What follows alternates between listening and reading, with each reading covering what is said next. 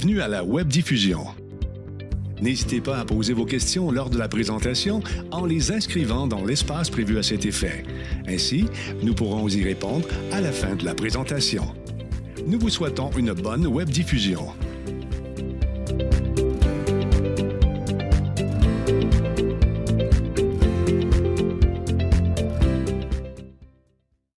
Bonsoir tout le monde et merci d'être avec nous aujourd'hui et de nous accueillir chez vous pour la dernière rencontre publique d'information de la série Un tramway dans ma ville qui vise à faire la lumière sur le projet de tramway reliant l'ouest de Gatineau au centre-ville de Gatineau et d'Ottawa. Mon nom est Sheila Fournier, c'est moi qui serai votre animatrice ce soir. On est en direct sur 2 plateformes, en web diffusion sur StudioCast et sur Facebook Live. Tel qu'entendu, nous donnerons la priorité ce soir aux questions du public qui nous ont été acheminées avant le 15 novembre sur celles qui seront posées en direct. On tient toutefois à vous rassurer. Vous pourrez nous envoyer vos questions en temps réel à n'importe quel moment durant la présentation et nous les aborderons à la toute fin de la rencontre. Comment faire? Eh bien, c'est simple. Inscrivez-vous sur notre plateforme de diffusion web au studiocast.ca/tramway Gatineau. Toutes les questions qui n'auront pas pu être abordées ce soir feront l'objet d'un suivi par courriel au cours des prochaines semaines.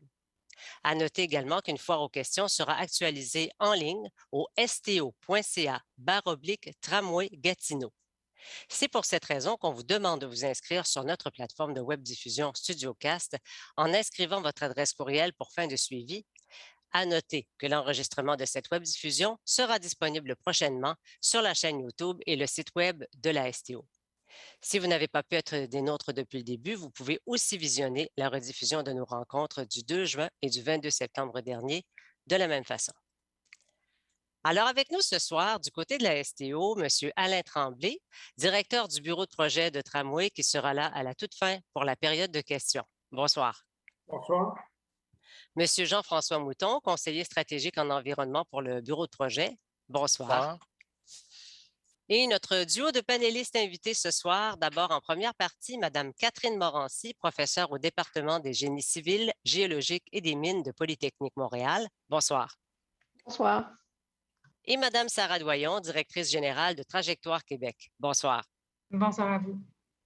Pour ce qui est de l'ordre du jour, eh bien, d'entrée de jeu, nos panélistes vont aborder les retombées positives de l'implantation d'un système de transport collectif structurant sur le réseau routier et comment il répond à l'ensemble des besoins des différents usagers. Il sera également question de l'impact du tramway dans le changement des habitudes de déplacement et dans l'augmentation de l'efficacité collective. Nous parlerons aussi du rôle du tramway en tant que vecteur économique et social.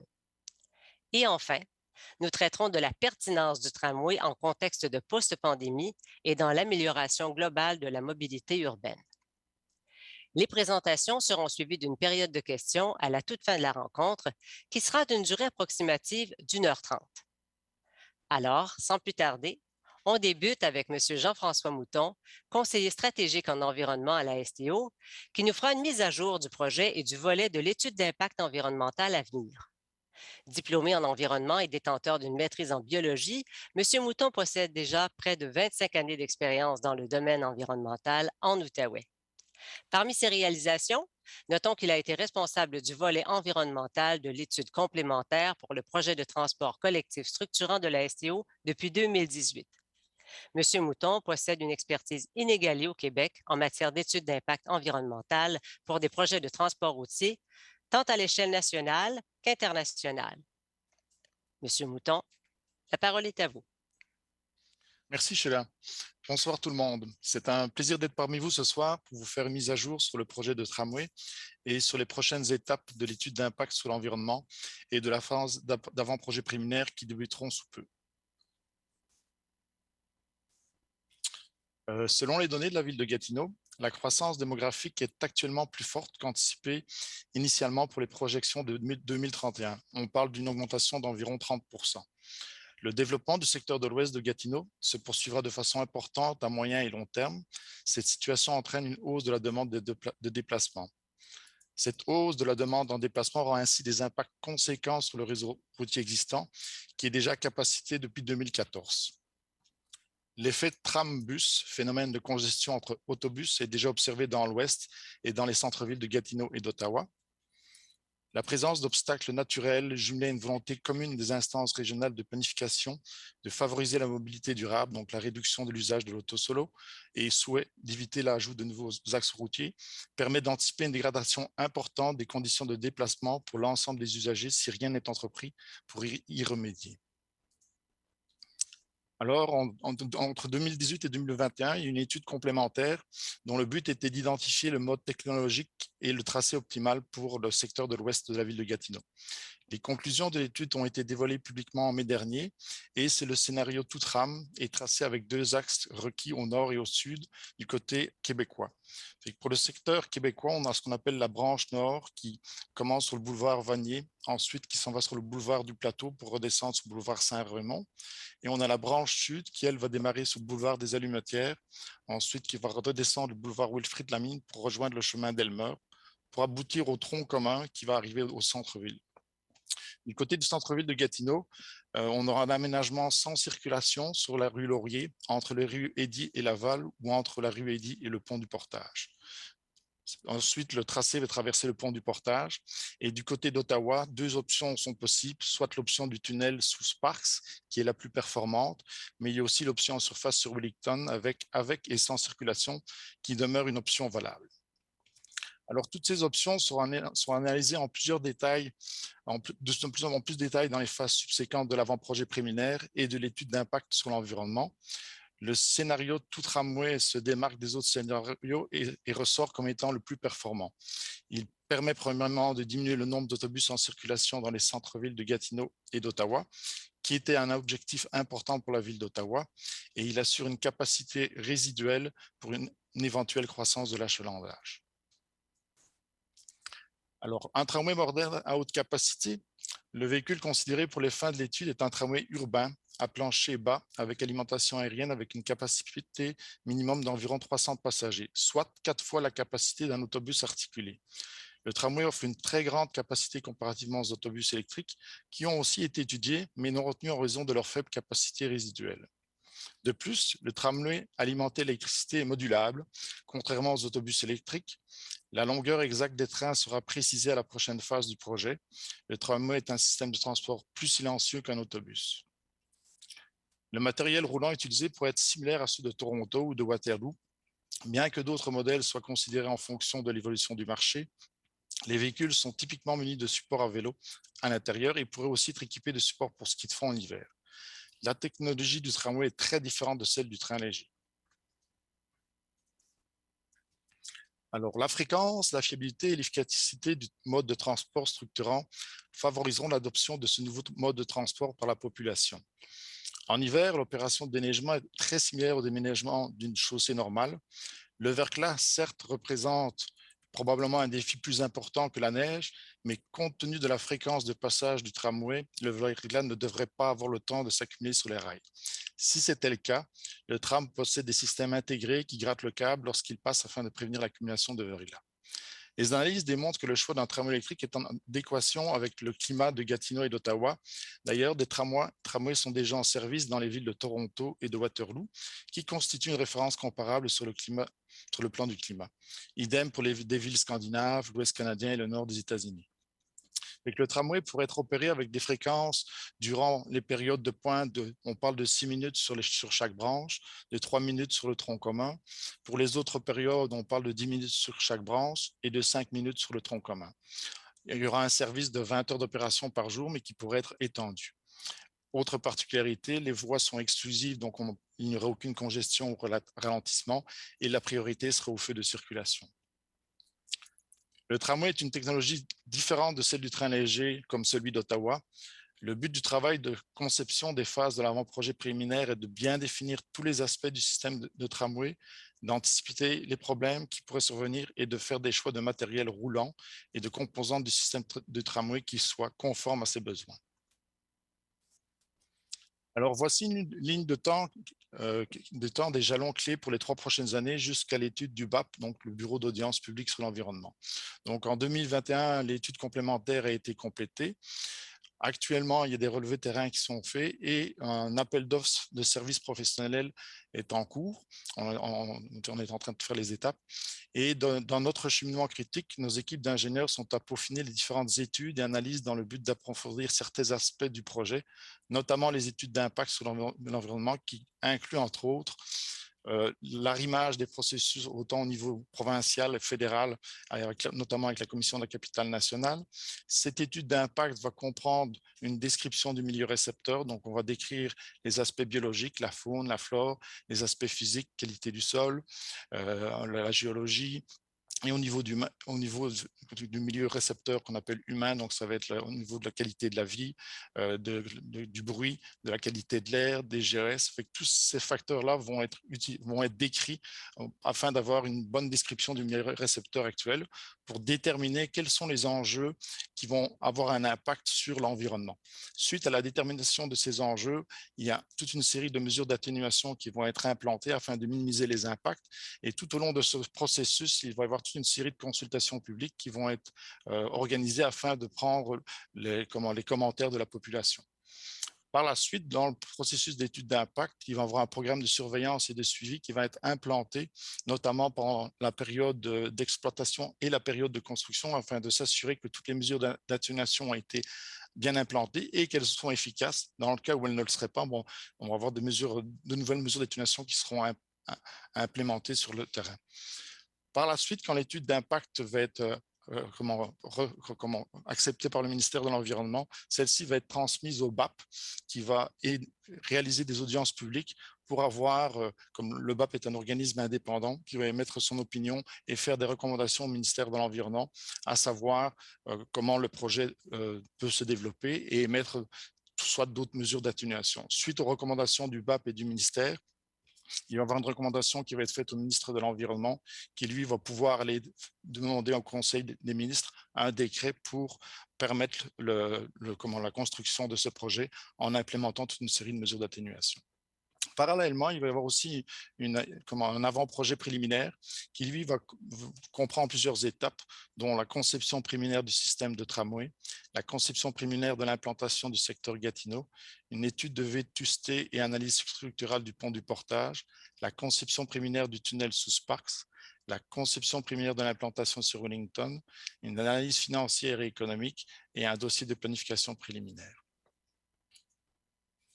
Cette année, l'équipe de bureau de projet est en mode information, car pour consulter la population, l'équipe doit être formée afin de réaliser les études nécessaires qui nous permettront de consulter la population aux étapes ultérieures d'avant-projet préliminaire et de l'étude d'impact sur l'environnement. Évidemment, nous poursuivons notre dialogue avec la population d'ici là, mais lorsque les équipes de consultants seront en place au printemps 2022, nous procéderons à des consultations sectorielles sur certains aspects spécifiques, analyse par tronçon, à l'automne 2022. Un retour sur les enjeux évoqués sera fait auprès des résidents de ces secteurs au printemps 2023. En conclusion, nous sommes confiants que le tramway favorisera l'accès aux services et qu'il contribuera à rehausser le dynamisme des centres-villes de Gatineau et d'Ottawa, tout en réduisant notre empreinte écologique collective.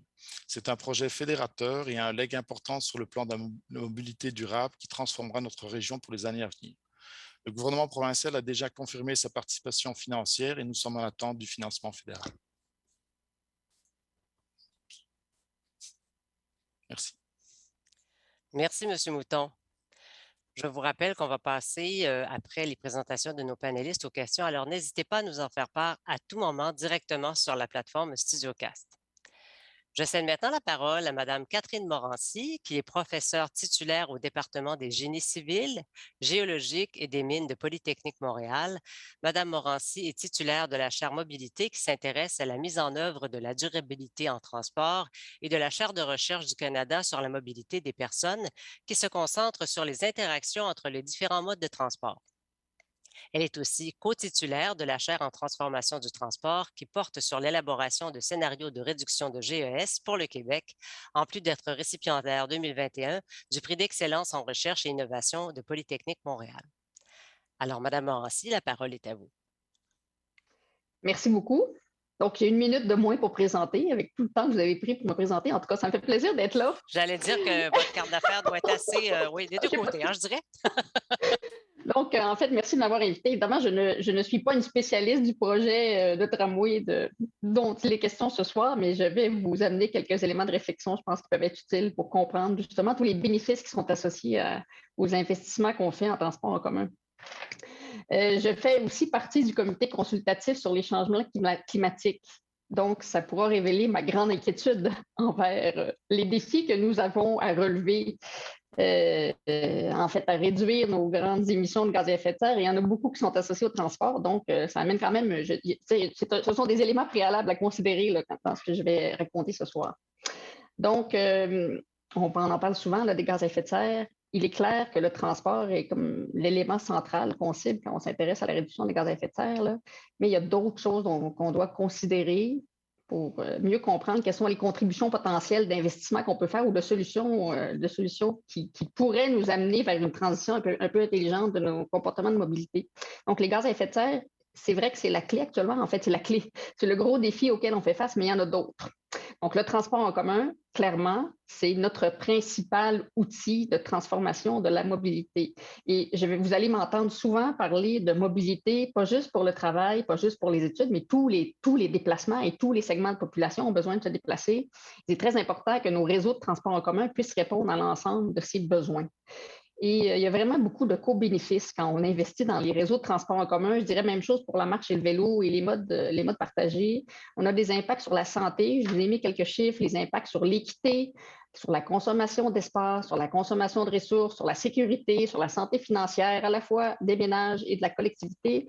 Donc, on ne peut pas se limiter à regarder un seul effet. Il y a beaucoup de co-bénéfices. Et dans la mesure où on a des segments de population qui sont prêts à transformer leur mobilité, à utiliser d'autres outils que l'auto-solo, il faut investir absolument parce que tout le monde va gagner si on a des transferts de modes de transport qui sont effectués et qu'on a une réduction dans l'utilisation de ce véhicule privé. Donc, c'est mon entrée en matière. Je veux quand même vous amener sur certaines tendances qui sont très déprimantes. Là, j'ai toujours le tour de déprimer les gens au début de mes présentations parce que je trouve qu'il faut savoir dans quelle situation on se trouve pour comprendre combien c'est urgent qu'on fasse quelque chose.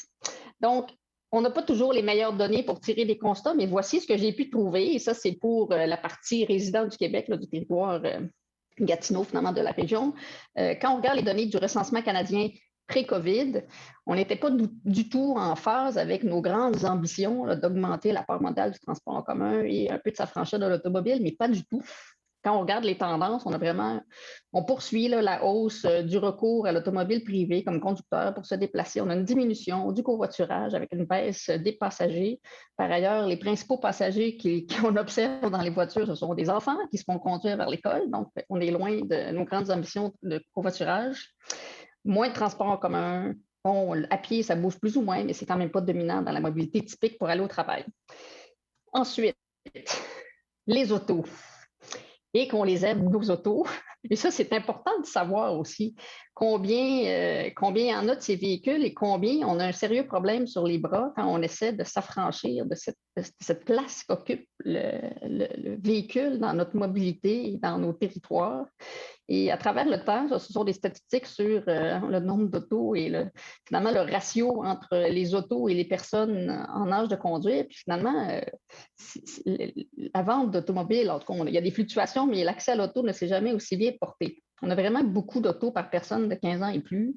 Ça augmente. Donc, on a vraiment vu la transformation de ce véhicule qui est devenu plus maintenant un objet de ménage, mais un objet individuel. Et ça, c'est un enjeu parce que quand quelqu'un possède un véhicule, c'est plus dur de le faire changer de mode de transport. Et bien, ces véhicules-là sont, en gros, on est passé vraiment de presque la moitié de la flotte qui fait partie de la classe des camions légers. Ça, je dois vous dire, comme ingénieur en transport, que c'est extrêmement préoccupant. On a raté une énorme occasion de réduire nos gaz à effet de serre parce que l'efficacité qu'on a gagnée d'un point de vue énergétique chez les véhicules, on l'a totalement perdu en achetant des véhicules plus gros. Donc, c'est comme quand on a augmenté la vitesse de déplacement sur nos réseaux, finalement, ça n'a pas permis aux gens de gagner du temps, ça a permis d'aller plus loin. Donc, on a toujours cette tendance à continuer nos rythmes de consommation. Et l'autre chose que j'ai démontré récemment, c'est vraiment que l'augmentation de la taille de ces véhicules-là réduit la capacité de transport de nos réseaux routiers.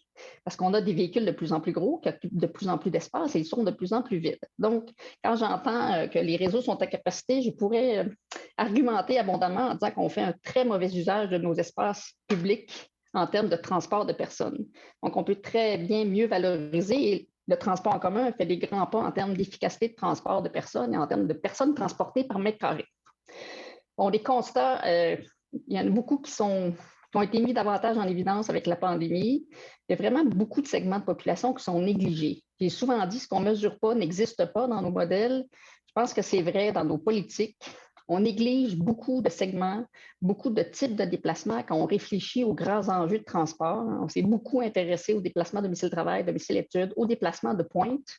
Bien, il y en a beaucoup qui ne se déplacent pas pendant ces périodes-là. Il y en a beaucoup qu'on néglige en termes de construction d'offres alternatives à l'auto-solo. On néglige, mais abondamment, plusieurs externalités qui sont associées à l'automobile. Et quand on questionne sur les coûts individuels et les coûts collectifs de ce système orienté autour de l'auto, bien, on néglige les coûts sur la santé, les effets sur la sécurité, la consommation d'espace, l'utilisation de nos ressources, la pollution de l'air, ainsi de suite. Et ça fait en sorte qu'on a cette espèce de biais de faire une promotion à peu près systématique de l'usage et de l'acquisition des véhicules privés. Ça, c'est un enjeu, puis ça explique aussi certains freins quand on veut mettre en place d'autres types de solutions. On a fait les calculs récemment pour Montréal sur le partage des espaces pour voir est-ce que c'est équitable la façon dont nos rues sont partagées entre les différentes clientèles. Bien, sans surprise, ce n'est pas du tout équitable. On a une prédominance des espaces dédiés aux véhicules stationnés et en mouvement. Ici, vous avez l'exemple à Montréal, c'en est un peu catastrophique. C'est pour ça qu'avoir ces chiffres-là ne peut pas faire de moi quelqu'un qui va rester calme quand je présente sur ces dossiers, parce que c'est tellement épouvantable les statistiques qu'on a. Donc, on a vraiment une prédominance de nos espaces de voirie qui sont dédiés à l'automobile, qui sont dédiés au stationnement. Donc, quand vient le temps de récupérer, parce qu'on va récupérer une partie d'espace finalement qui devrait être dédiée à d'autres usages, ça ne devrait pas être si difficile de bien le justifier parce qu'il y a beaucoup d'arguments qui sont faciles à trouver. Donc, évidemment, il y a des cibles aussi. Puis, notre politique de mobilité durable, mais il y a des cibles là-dedans, mais il n'y a pas une cible de réduire la dépendance à l'automobile privée. Il n'y a pas de cible visant à faire en sorte que des gens puissent adopter des modes de vie qui ne sont pas ancrés autour de l'automobile. Il n'y a pas de cible visant à réduire le nombre d'autos qui sont sur nos territoires. Ça demeure un enjeu important. Donc, l'onde de choc COVID, parce que ça aussi, ça nous frappe. Hein? Il y a beaucoup de questions qui sont pourquoi on a du transport en commun? Pourquoi on met de l'argent dans le transport en commun maintenant que tout le monde travaille à la maison? Bon, on va relativiser ça un petit peu. Si c'est ça, bien, on va juste fermer toutes nos routes. Puis on n'aura plus de problème de transport. Je pense qu'on comprend que ce n'est pas tout à fait ça l'enjeu. Il y a eu quand même un effet de durée de cette COVID. Moi, quand j'ai commencé à discuter post-COVID, j'ai regardé les travaux en psychologie et ça m'avait fasciné de voir combien de temps ça prenait pour adopter une habitude. Et là, clairement, bien, tout le monde a adopté de nouvelles habitudes. On n'en est plus à quand est-ce qu'on revient à la normale. Là. Elle n'existe plus, cette normale pré-COVID. Donc, tout le monde il y a eu vraiment une transformation des systèmes d'activité, et elle n'est pas terminée, cette transformation-là. On n'a pas encore atteint une espèce de stabilité dans à la fois les lignes de désir. Les lignes de désir, c'est moi, je vais me déplacer jusque-là à une telle heure. Donc, c'est les mouvements souhaités par la population. Ce n'est pas tout à fait stabilisé. Il y a eu une grosse transformation de la demande de transport. Les gens ne se déplacent pas nécessairement aux mêmes heures, pas aux mêmes destinations, ce qui fait que parfois, la nouvelle destination est peut-être moins bien desservie par les services de mobilité actuels et le transport en commun doit devenir un outil de soutien à plusieurs types de mobilité, pas seulement des déplacements domicile-travail. Et cette question là, de transformation des systèmes d'activité, notamment la réduction de la fréquence des déplacements domicile-travail, c'est une belle opportunité pour revoir nos réseaux et revoir le rôle de l'automobile. Je reviendrai là-dessus. La rue. Ça nous a révélé aussi pendant la pandémie que la rue, ce n'est pas juste une fonction de transit. Il n'y a pas juste faire passer des débits de circulation sur une rue. Il y a une fonction de lieu, tout ce qui est autour de la qualité de vie, des destinations. Moi, je parle d'errance urbaine, les jeux dans la rue. Donc, la fonction d'utilisation de la rue comme milieu de vie et la fonction environnement, ces deux fonctions-là sont abondamment négligées. Et on a vu que dans certains quartiers, peut-être que le voisinage ne répondait pas aux besoins de prolongement de l'unité de logement. Donc, ça, c'est important de maintenir ça à l'esprit. Donc, quelques statistiques, là, parce que je voulais vous amener quelques statistiques intéressantes, des constats qu'on tire de la COVID. Je pense que tout le monde maintenant s'entend pour dire que le télétravail va rester, Nous, on avait fait 2 enquêtes pour essayer de comprendre la transformation sur la perception du télétravail. Évidemment, ce ne sont pas des enquêtes représentatives de la population, mais la transformation des réponses à travers le temps, ce qu'on a eu en avril 2020 et en mai 2021, vient quand même confirmer que le télétravail est perçu comme étant quelque chose qui va vraiment rester à 2 ou 3 jours par semaine. Ça, c'est clair. Puis, ça s'est confirmé à travers le temps. Là. Ça s'est renforcé, cette perception ça va demeurer dans nos systèmes d'activité. Ça, c'est important d'avoir ça à l'esprit. Avant la pandémie, on avait calculé comment on pourrait mieux utiliser nos véhicules.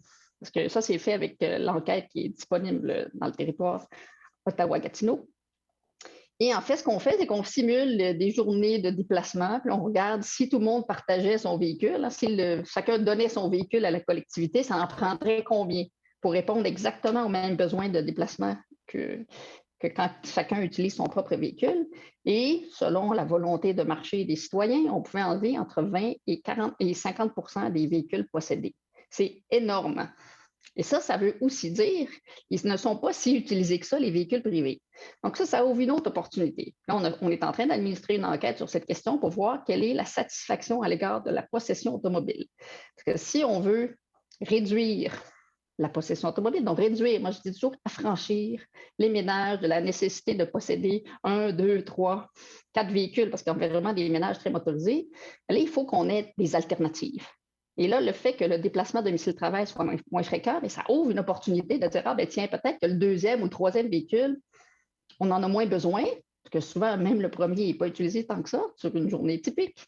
Donc, ça ouvre une opportunité et ça fait en sorte que là, les autres alternatives vont vraiment devenir importantes aussi pour soutenir l'ensemble des besoins de mobilité. Des révélations, mais clairement, un peu partout, quand vous avez des réseaux de transport en commun qui ne ciblaient presque exclusivement les grands corridors domicile-travail ou les grands corridors de déplacement pendulaire, c'est clair que ces services-là ont été plus touchés. C'est le déplacement qui est disparu. Donc, un service de transport en commun n'est pas exclusivement un service visant à prendre des propriétaires de véhicules et les convaincre de prendre le transport en commun pour leur déplacement travail. Il faut vraiment migrer avec tous les défis auxquels on fait face, notamment notre cible de réduction des gaz à effet de serre, notre carboneutralité. Il faut vraiment cibler la réduction de cette dépendance puis l'adoption de modes de vie non ancrés sur l'automobile privée. Et là encore, je le redis, on n'a pas 100% des gens qui vont adopter un mode de vie non ancré sur l'automobile. Ça, c'est très important de comprendre que plus il y aura de gens qui vont être prêts à adopter des modes de vie différents et des comportements de mobilité différents, plus la collectivité au complet va en bénéficier. Et ça, c'est très important parce qu'il y a une partie de la population qui est prête à faire des transformations de comportement, mais on n'aura jamais 100% de gens. Ce n'est pas ça, c'est pas du tout ça la cible. La cible, c'est qu'il y a tellement d'avantages parce qu'il y a une réduction de l'utilisation de l'auto privée qu'il faut tout faire pour que ce potentiel de conversion des comportements se fasse. Tout le monde va en bénéficier. Et pour que ça puisse fonctionner dans un mode post-COVID, il faut vraiment que nos services de transport en commun soient à haute fréquence, qu'il y ait une grande amplitude. Donc, haute fréquence, typiquement, ce qu'on voit dans la littérature, c'est que dès qu'un service est autour de 10-15 minutes, il va y avoir une perception de disponibilité. Ça veut dire qu'on n'est pas obligé de regarder l'horaire, on se présente, le service va passer. Ça, c'est ce qu'il faut ultimement cibler. Grande amplitude. Donc, ça veut dire que ce n'est pas des services de pointe, là, je pense qu'on a compris, avec la diversité des besoins de mobilité, que ça ne peut pas être orienté pointe seulement. Il faut vraiment qu'il y ait du service toute la journée. Il faut que ça permette d'accéder à différents types d'opportunités. Donc, les loisirs, les magasinages, ils répondent à tous les segments de population. Ça, ce sont les clés. Donc, des services structurants qui vont offrir haute fréquence, grande amplitude et desservir des corridors où il y a beaucoup d'opportunités. Il y a un gros potentiel pour permettre à des gens, justement, de migrer ou au moins d'adopter un nouveau mode de transport et devenir moins dépendants à l'automobile privée. Une autre chose que je dis souvent, c'est qu'il faut faire très attention aux conclusions simplistes sur la réduction du transport en commun. L'achalandage actuel. L'achalandage n'a pas été touché de la même façon sur l'ensemble des services. Ça, c'est clair. On le voit très bien. L'autre chose, c'est qu'effectivement, les fréquences ont changé et les lignes de désir. Donc, les déplacements qui se font ne sont pas nécessairement les mêmes qui étaient faits avant. Et si je me déplace à un endroit différent, peut-être qu'effectivement, je n'ai pas d'alternative ou que je vais peut-être y aller à pied, à vélo, ainsi de suite. Donc, il faut faire attention, c'est beaucoup plus complexe qu'un simple chiffre de réduction. Sur le transport en commun, bien, je le dis et je le redis, c'est vraiment le cœur de la transformation. Et là, je prends pour acquis que tout le monde s'entend sur le fait qu'il faut changer les modalités actuelles de déplacement. Et ce n'est pas en prenant notre flotte actuelle et en la rendant électrique qu'on va régler nos problèmes. On va avoir l'impression d'en régler une petite partie, mais on ne réglera pas grand-chose. Parce que là, on va s'outiller d'autres systèmes de recharge, puis là, on va consommer de l'électricité dont on va avoir amplement besoin pour faire autre chose aussi. On va consommer plein de ressources. Bon, il y a quelque chose de beaucoup plus systémique que ça qu'il faut faire. Et le principal outil qui permet d'assurer la mobilité va demeurer le transport en commun. Et là, ça presse qu'on assure notre capacité de nous déplacer plus tard. Donc, c'est vraiment un investissement. Des choses qu'on a démontrées. Première chose, j'ai une étudiante qui fait sa thèse de doctorat sur la multimodalité et les interactions entre les modes. Et on a fait un modèle compliqué. Je n'ai pas mis le modèle ici, mais ce que le modèle a permis de démontrer, c'est vraiment le lien de cause à effet. Et ça, pour démontrer le lien de causalité, ça prend des modèles particuliers. Ce n'est pas juste une corrélation, là, on peut dire ça augmente versus ça augmente. On a vraiment démontré que les changements dans l'offre de transport en commun, présence de métro, les points d'ancrage de vélo-partage et le nombre de véhicules partagés avaient augmenté de façon significative la multimodalité. Donc, le fait que des segments de population utilisent plusieurs modes pour se déplacer.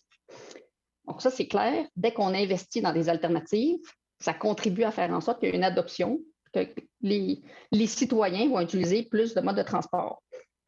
Deuxième chose, ça, c'est mon deuxième étudiant de doctorat qui est là-dessus, et sur la dépendance à l'auto. Et ce qu'on essaie de comprendre, c'est quels sont les facteurs qui vont être associés à une probabilité moindre de posséder un véhicule, deux véhicules ou aucun véhicule.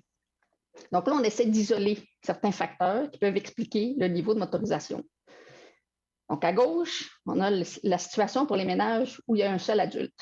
Et c'est vraiment la probabilité de posséder un véhicule qui va augmenter à Montréal quand vous vous éloignez du métro. Donc, on sait que le métro a un effet fort. Pourquoi? Parce que le métro est fréquent. Il passe toute la journée, donc grande amplitude, haute fréquence. À droite, c'est la même situation, mais pour les ménages où vous avez deux adultes. Donc, il y a trois situations. Aucun véhicule, un véhicule qui est partagé entre les adultes ou chaque adulte qui possède au moins un véhicule. Et là, on voit encore que la probabilité de ne posséder aucun véhicule, la ligne en rouge, va diminuer plus la distance au métro augmente. Pour ceux qui ont plus qu'un véhicule, donc chaque adulte possède son propre véhicule, va augmenter avec l'éloignement du métro. On fait la même chose pour le nombre d'arrêts de transport en commun. Donc, à gauche, vous voyez, là, ça descend. Ça descend de façon assez drastique. C'est vraiment plus vous avez d'arrêts d'autobus à moins de 400 mètres de marche, c'est vraiment des distances calculées sur les trottoirs, les réseaux piétonniers, bien, plus vous avez une probabilité faible d'être motorisé.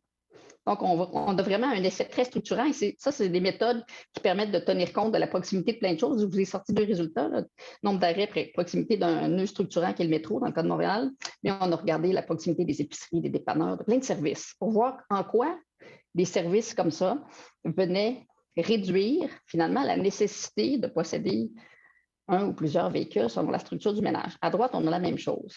La ligne bleue, ce sont les ménages multimotorisés, donc deux véhicules pour deux adultes. Et évidemment, ça diminue avec l'augmentation du nombre d'opportunités de se déplacer en transport en commun. Ça, c'est vraiment très important de voir qu'il y a un effet offre. S'il y a de l'offre, ça va avoir un effet pas juste sur l'utilisation du mode, mais aussi sur les outils de mobilité qu'un ménage va devoir posséder. Bon, une autre démonstration, quand je dis qu'il ne faut pas juste s'intéresser au gaz à effet de serre, il faut s'intéresser au gaz à effet de serre, mais aussi à d'autres choses, ce sont les effets du transport en commun sur la santé. Donc, on a mesuré à Montréal que les usagers du transport en commun font en moyenne 54% du niveau d'activité physique recommandé quotidiennement. Depuis ce temps-là, je parle du transport en commun comme étant un mode semi-actif. Hein, ça a un vrai effet sur la santé des populations. Et quand on regarde à Montréal, j'ai fait sortir ce chiffre, plus de 60% des kilomètres marchés quotidiennement découlent de l'utilisation du transport en commun. Ça, le transport en commun et la marche, ce sont de grands amis. ça prend de bonnes infrastructures actives pour soutenir nos réseaux de transport en commun. Et les réseaux de transport en commun vont contribuer au maintien d'un niveau d'activité physique. Très important de le considérer. Bon, l'espace, là, je vois mon temps qui s'écoule, mais l'espace, la valorisation de nos espaces. Je vous ai mis des chiffres qu'on devrait avoir à l'esprit quand on regarde une rue. Qu'est-ce que ça permet de transporter une rue? Donc, une voie d'autoroute, typiquement 2000 UVP. UVP, c'est le véhicule standard. Il y en a de moins en moins sur nos réseaux. On multiplie ça par un taux d'occupation, donc le nombre de passagers qui ont dans un véhicule, ça nous donne à peu près 3200 personnes et je suis généreuse. Sur une artère, on va descendre à peu près 800. Bon. Une voie de bus, c'est toujours tout ce qui est transport en commun, c'est merveilleux parce qu'on peut adapter la capacité avec la taille des véhicules et la fréquence de passage. Donc, les chiffres qu'on avait tout à l'heure, vous allez avoir une capacité, je sais pas, entre 3000 et 6000, mais on pourrait l'augmenter s'il y a plus de demandes. Donc, c'est déjà une valorisation extrêmement plus efficace pour le même espace que de dédier une voie à l'auto privée. Une voie de vélo, évidemment, c'est multiplié, puis la voie piéton, c'est ce qui offre la plus grande capacité, parce qu'on n'occupe pas beaucoup d'espace. Donc, ça, il faut comprendre quand on regarde une rue, qu'on pourrait toujours mieux valoriser quand on ne fait que dédier des espaces à la voiture privée. Bon, donc, pour moi, là, je trouve que l'argumentaire est quand même facile. Quand on prend plusieurs arguments, là, je les ai juste résumés ici, ça augmente la capacité de transport de personnes. C'est ça qu'on veut transporter, ce n'est pas des véhicules. Ça améliore le niveau d'équité du partage de la rue. Ça améliore l'équité d'accès aux services. Hein, pour tous les segments de population, ce sont des opportunités supplémentaires parce que c'est moins cher que de posséder un véhicule. C'est moins cher collectivement parce qu'il y a moins d'externalités. Ça contribue à la réduction des facteurs de risque d'accident. Si on veut réduire les accidents, on réduit le principal facteur de risque, qui est le débit de circulation avec la vitesse. Et ça contribue à l'augmentation du niveau d'activité physique. Bon, je les ai déjà dit, les règles d'or, parce que là, je vois le montant qui s'écoule, j'ai bien tout fini, mais il faut qu'il y ait une grande amplitude, haute fréquence, il faut que ce soit compétitif. Donc, il faut lui donner des espaces exclusifs pour qu'il arrête d'être pris dans la congestion. Il y a quand même beaucoup de gens à bord. Il faut que les arrêts et les stations soient bien connectés dans les milieux pour faciliter l'accès aux destinations et les connexions vers les lieux d'habitation. Il faut tenir compte de l'intermodalité, hein, les connexions marche, vélo avec les autres modes de transport en commun. Et il faut vraiment garder à l'esprit qu'en 2021, là, on a tout un défi sur les bras. Il faut vraiment contribuer à réduire la dépendance à l'automobile parce que ça ne rentrera plus. Là. On en a trop de voitures. Il faut vraiment trouver une autre mode qui va mieux valoriser nos espaces et qui va être plus équitable pour l'ensemble des usagers et des citoyens. Donc voilà, j'ai juste mis un gros crochet vert. Parce que dans nos cibles de la politique de mobilité durable, le PMD, c'est la politique de mobilité durable que nous avons. Quand on regarde certaines cibles que j'ai sorties, tout ce qui est transport en commun, ça permet justement d'atteindre plusieurs de ces cibles. Beaucoup. Donc, tout ce qui est accès à 4 services de mobilité durable, ben oui, transport en commun, c'est la clé. Est-ce que ça permet de réduire le temps de déplacement? Bien, logiquement, oui. Si ça génère un transfert modal puis qu'on garde sur le réseau ceux qui ont une nécessité d'être là, tout le monde va y gagner. Nombre d'accidents, clairement, si on réduit le principal facteur de risque, ça devrait aller. Par des déplacements effectués en auto solo, oui. Parce qu'on offre un mode plus efficace. Consommation de pétrole, clairement. C'est même si les bus ne sont pas électriques, c'est plus efficace qu'un véhicule privé. Et les dépenses, c'est clair. Parce qu'un véhicule privé, on ne peut pas dire à la population québécoise, achetez-vous un véhicule, même s'il est électrique. Ce n'est pas comme ça que les gens vont faire des économies. Et collectivement, il y a bien trop d'externalités qu'on néglige pour dire que c'est ça qui est le plus efficace. Alors sur ça, je vais respirer et vous relancer la parole. Merci beaucoup, Mme Morancy. C'est extrêmement intéressant. On cède maintenant la parole à Mme Sarah Doyon, directrice générale de Trajectoire Québec, une association qui intervient dans la représentation des citoyens et la promotion de leurs intérêts en matière de transport collectif partout au Québec. Forte de son expérience dans le milieu politique, tant au palier provincial que fédéral, Mme Doyon a notamment été appelée à travailler sur la modernisation de l'industrie du taxi, la sécurité ferroviaire et les enjeux liés à l'accessibilité aux services de transport collectif hors des grands centres urbains. Madame Doyon, la parole est à vous. Merci beaucoup. Merci d'ailleurs au bureau de projet pour l'invitation. Ça me fait vraiment plaisir d'être ici, malgré que ça met un peu de pression quand même de parler après Catherine Morancy. Par contre, malgré les constats déprimants pour la plupart, il y a quand même beaucoup des éléments qui ont été là qui sont de la musique à mes oreilles. Puis il y a plusieurs choses dans la présentation d'aujourd'hui qui feront écho à ce que Mme Morancy a déjà dit un peu plus tôt. Donc effectivement, Trajectoire Québec, on est une association dont la mission est de faire la promotion du transport collectif, la défense collective des droits des usagers. Il y en a peut-être parmi vous ce soir qui nous connaissaient sous notre ancien nom, celui de Transport 2000. On a changé de nom en 2017. On avait besoin de se moderniser. Hein. Transport 2000, c'est un peu vintage, mais ça n'a pas eu le temps de revenir à la mode encore. Cela dit, on a été fondé en 1977 par des usagers du transport collectif qui voulaient finalement obtenir de meilleurs services. Et c'est ce qu'on continue de faire aujourd'hui. Notre vision, c'est que tous les Québécois aient accès à des services de transport collectif de qualité, sécuritaires, accessibles partout sur le territoire du Québec. Donc, pour remplir cette mission-là, on utilise différents moyens, des interventions médiatiques, des mobilisations citoyennes, des représentations politiques. On participe à des conférences comme celle de ce soir.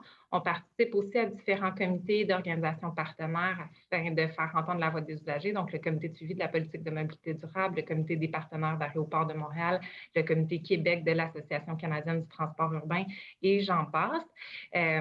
Aujourd'hui, dans le fond, dans le cadre de la conférence que j'ai envie de vous parler, c'est évidemment des objectifs du Québec en termes de mobilité durable et des besoins, des priorités des usagers. On va regarder finalement ensemble comment le projet de tramway s'inscrit dans ce contexte-là, de quelle façon il vient répondre aux besoins de mobilité de la population de Gatineau. Là, j'ai tendance à oublier mes PowerPoint dans la vie, alors je vais m'assurer de changer mes diapositives de présentation. Vous me ferez signe si jamais j'oublie. Donc, d'emblée, je vais vous faire une confidence. Moi non plus, je ne suis pas une experte de ce projet. Je ne suis pas une fille de Gatineau. Je ne connais pas très bien cette ville-là. Ce n'est pas moi qui va donc vous dire pourquoi le tramway devrait passer sur telle rue plutôt qu'une autre. Par contre, même si je ne connais pas bien la ville, je connais bien les besoins des usagers, je connais bien les enjeux de mobilité durable. Donc, je suis convaincue que je serai capable d'être pertinente parce que, dans le fond, un des principes de base, c'est que les enjeux de mobilité sont les mêmes partout au Québec. Ce qui diffère, ce sont les moyens, ce sont les ressources. Ce que je veux dire par là, c'est que partout au Québec, peu importe où on se trouve, dans une grande ville ou dans un petit village, dans une région éloignée, les gens, ils ont besoin de se déplacer, que ce soit, oui, pour aller au travail, mais pour toute autre raison, donc les loisirs, faire les courses, avoir accès aux services de santé, toutes sortes de choses. Donc, évidemment, chaque milieu a sa réalité, ses particularités, ses besoins. C'est ça qu'on doit évaluer quand vient le temps de planifier un projet de transport. Puis dans le cas du projet de tramway à Gatineau, bien, comme M. Mouton l'a bien présenté au début, ça venait répondre à un besoin croissant de mobilité, notamment dû à l'augmentation de la population dans certains secteurs, le secteur d'Elmer. Ça venait aussi répondre aux besoins de lien avec Ottawa qui se dotait d'un nouveau système. Donc, évidemment, les études ont été réalisées pour prendre en compte l'ensemble des besoins des facteurs. C'est le scénario tout tramway qui a été retenu. Cela dit, chez Trajectoire, on appuie le projet depuis longtemps, mais l'expertise de notre organisation, c'est les besoins et les attentes des usagers. On se prononce donc moins sur le bon mode au bon endroit. On fait confiance aux experts en planification pour faire ça. Donc, on nous dit que c'est le scénario tout tramway qui est le meilleur. On les croit. Et nous, ensuite, ce qu'on veut, c'est s'assurer que les besoins des citoyens en termes de mobilité soient répondus un peu plus dans le détail. Dans le cas qui nous occupe, on appuie le projet depuis longtemps. En fait, ce que j'ai pu retrouver, je n'étais pas à l'organisation à l'époque, mais c'est que notre première intervention publique sur le dossier, c'était en 2016, conjointement avec Équiterre et le Conseil régional de l'environnement de l'Outaouais, où on demandait effectivement un lien structurant dans l'ouest de Gatineau. Un peu plus tard, en 2018, encore avec Équiterre, on avait sorti la publication des 12 travaux prioritaires du transport collectif. Puis le lien structurant de l'ouest de Gatineau était déjà identifié. Puis à ce moment-là, on avait vraiment fait une recension de l'ensemble des projets de transport collectif sur la table au Québec, ceux qui étaient suffisamment avancés aussi pour qu'on les considère comme prioritaires et prêts à être livrés. Donc, ça avait été un appui fort. Évidemment, en 2019, lors de la campagne électorale fédérale, ensuite, on a demandé un engagement financier du gouvernement du Canada pour la réalisation du projet. Et malheureusement, puisque le financement n'est toujours pas concrétisé au niveau du gouvernement du Canada, mais on a ressorti notre demande en 2021 pour demander le financement du palier fédéral. Évidemment, cette demande-là, ce n'est pas une demande qui est uniquement de Trajectoire Québec. Là, on travaille avec plusieurs partenaires, notamment la coalition S'allier pour le tramway. Puis je vous avoue que je m'explique mal pourquoi le financement fédéral n'a toujours pas été réglé, alors que les investissements fédéraux sont supposés soutenir des projets verts, dont les projets de transport collectif. Puis ils ont annoncé plus récemment un fonds permanent destiné aux infrastructures de transport collectif. Fait que je me permets de le dire, si jamais il y a des gens du gouvernement du Canada qui nous écoutent ce soir, on attend votre engagement financier, c'est essentiel à la réalisation de ce projet. J'ai parlé rapidement de la coalition S'allier pour le tramway. C'est une coalition d'organisations de la société civile qui appuie le projet des organisations de différents secteurs. Donc, par exemple, il y a Mobio, il y a Vivre en ville, il y a Vision Centre-Ville Gatineau, il y a l'APICA, Action Climat Outaouais, évidemment Trajectoire, on fait partie de cette coalition. Et on est toutes des organisations donc, qui sont derrière le projet et qui souhaitent sa réalisation le plus rapidement possible. Avant de passer aux priorités des usagers, je vais vous parler un petit peu de la politique de mobilité durable. Mme Morancy en a fait allusion. Je vais essayer de rentrer un petit peu plus dans le détail sans répéter ce qui a été dit. Donc, effectivement, en 2018, le Québec s'est doté d'une politique de mobilité durable sur l'horizon 2030. Donc, elle a été co-construite avec la société civile. On était plus qu'une vingtaine d'organisations de différents secteurs qui sont tous liés à la mobilité, tant au niveau du transport des personnes que du transport de marchandises, qui avons contribué à la création de cette politique-là.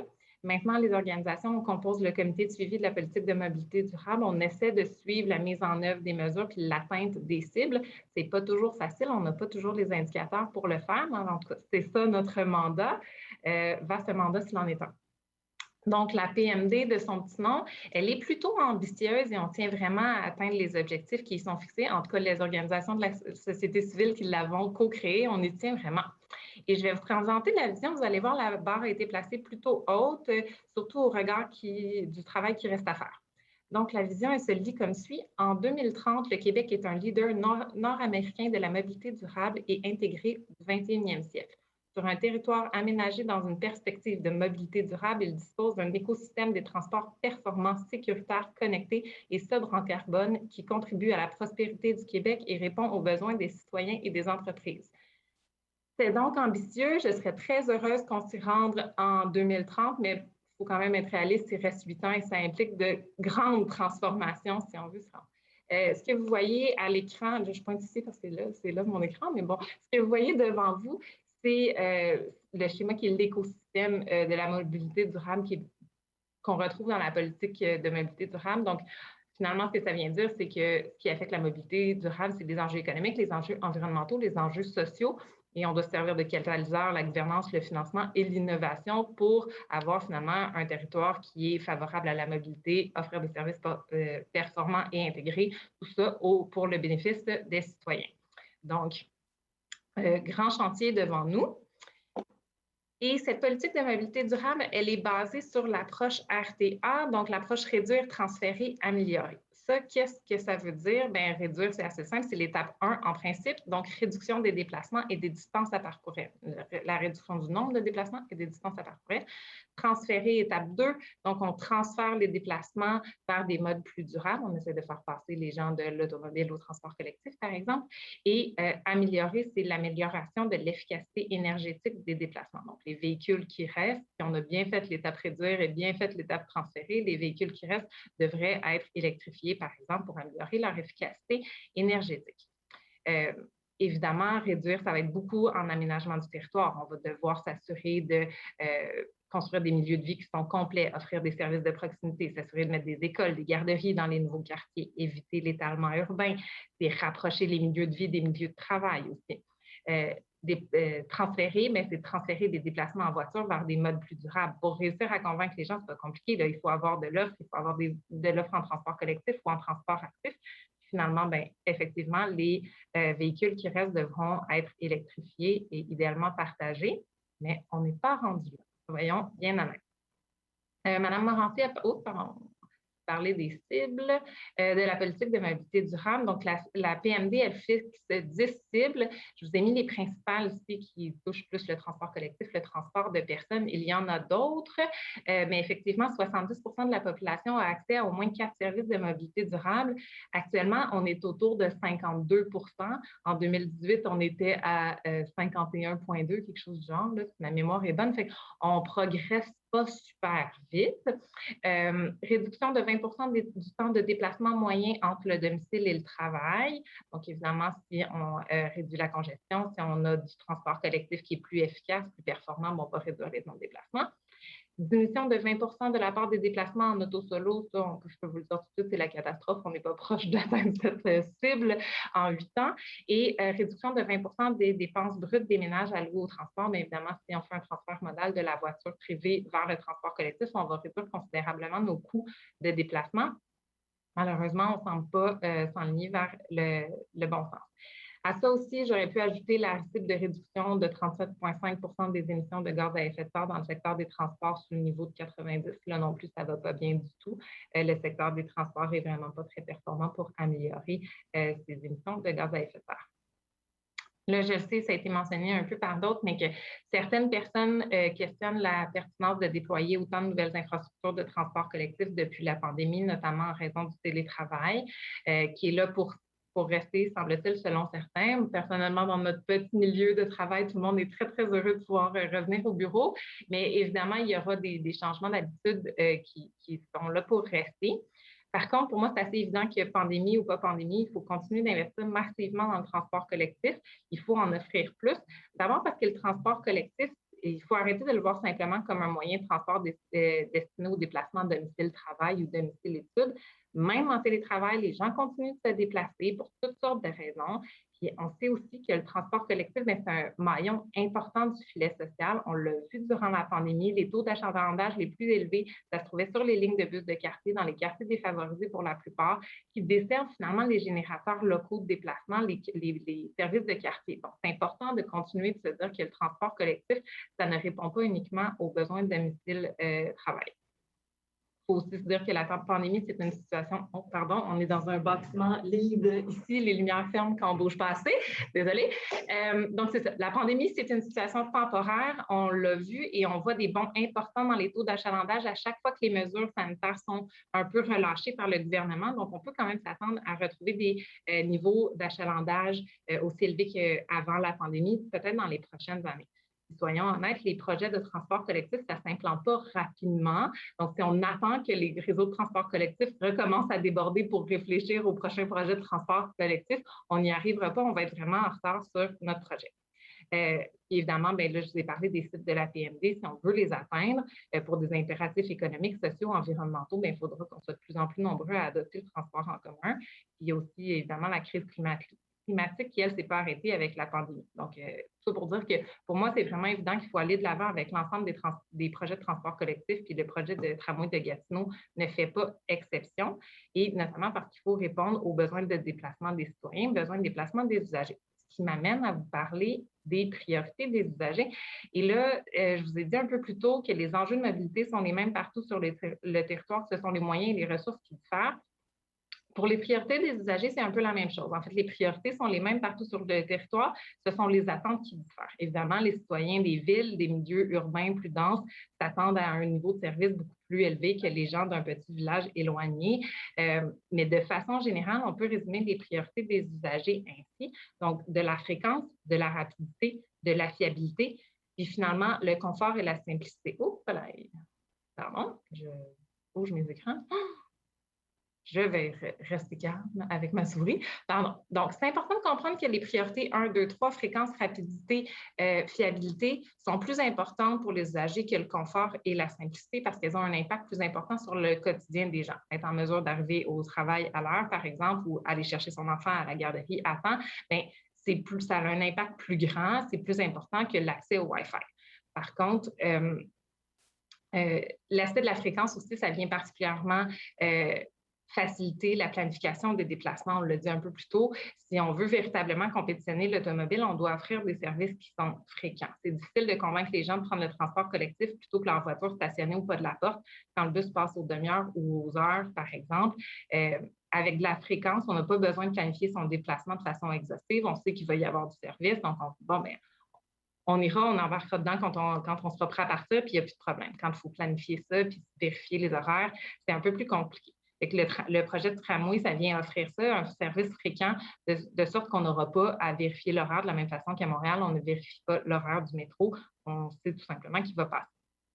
Même chose pour la rapidité, si un trajet de transport collectif prend beaucoup plus de temps qu'un trajet en voiture, bien, tous ceux qui peuvent se le permettre, tous ceux qui possèdent une voiture vont choisir de prendre leur voiture.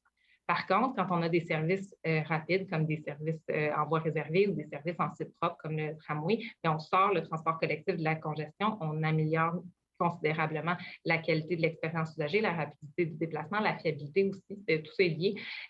Puis, on va pouvoir donc convaincre des gens d'adopter le transport collectif.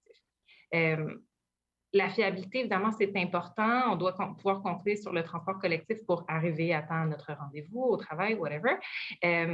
Et je ne pourrais pas m'expliquer pourquoi. Peut-être que les travaux de psychologie nous aideraient à comprendre ça, mais il suffit d'une mauvaise expérience en transport collectif, une panne de métro, un bus en retard pour que les gens aient tendance à abandonner, ne plus vouloir s'y fier. Par contre, on arrive régulièrement en retard à cause de la congestion, puis ça ne semble pas choquer personne.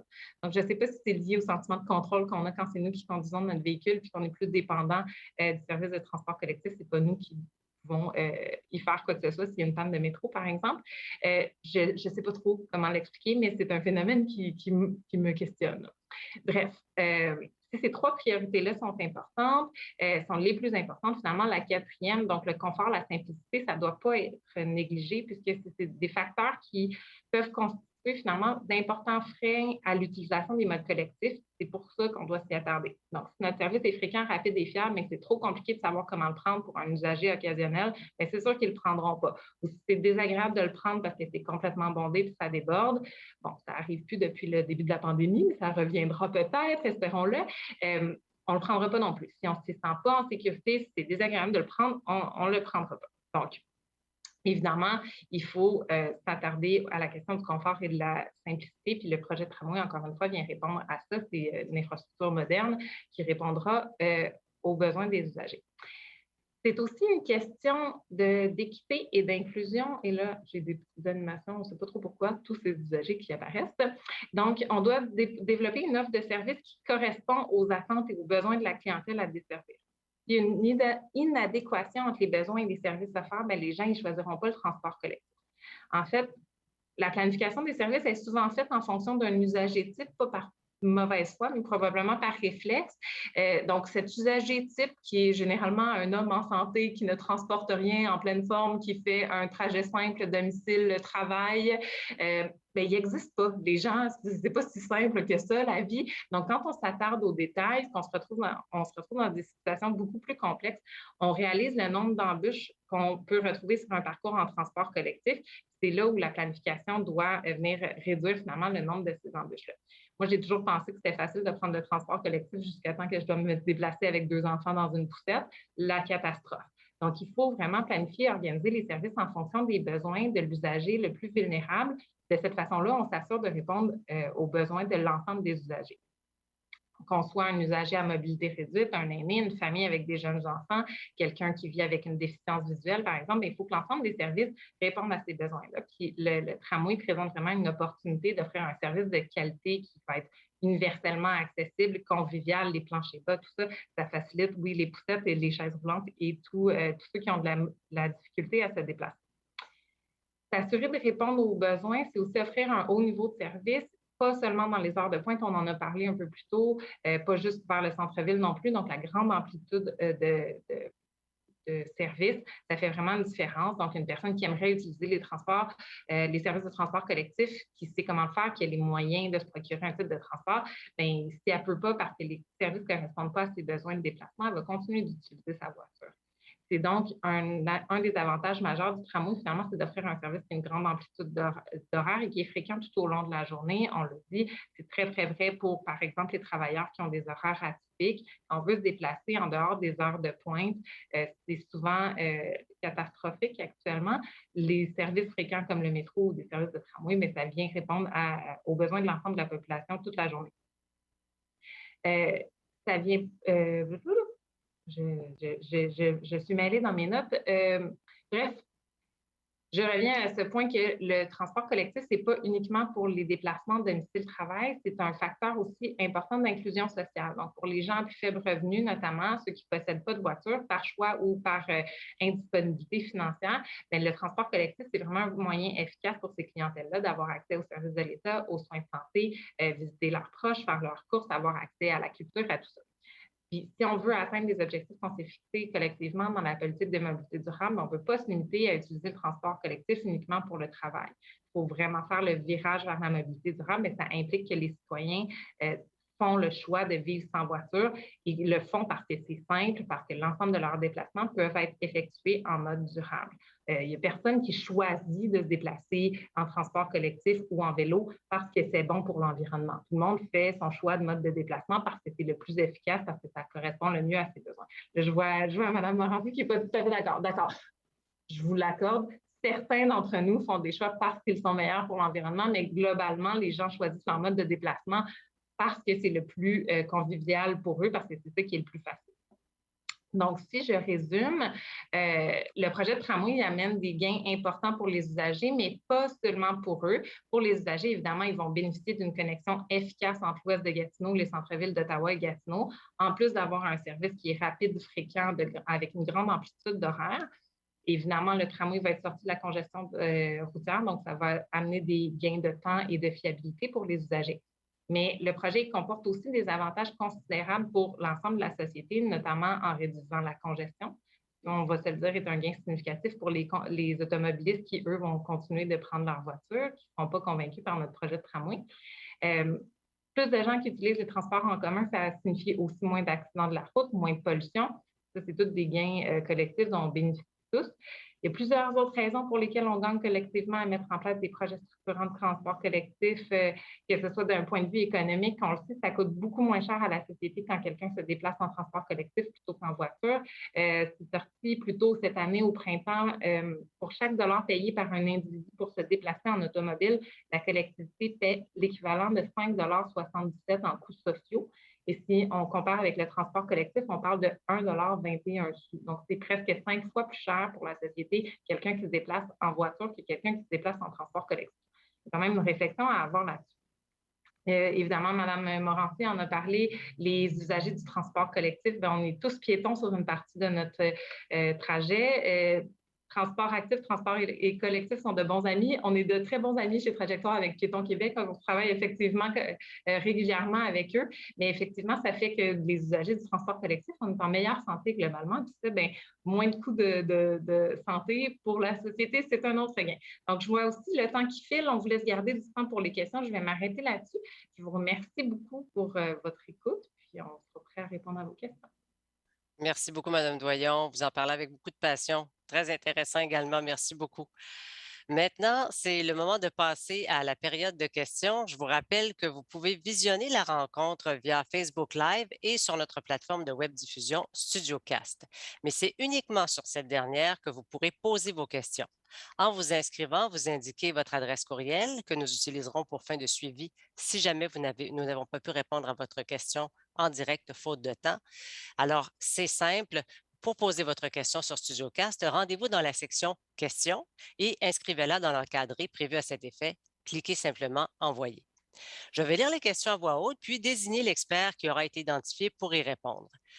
Puisqu'on reçoit plusieurs questions similaires, on va les regrouper pour en faire une seule question afin d'éviter que ce soit répétitif. Alors, ne vous étonnez pas si vous entendez votre question quelque peu reformulée.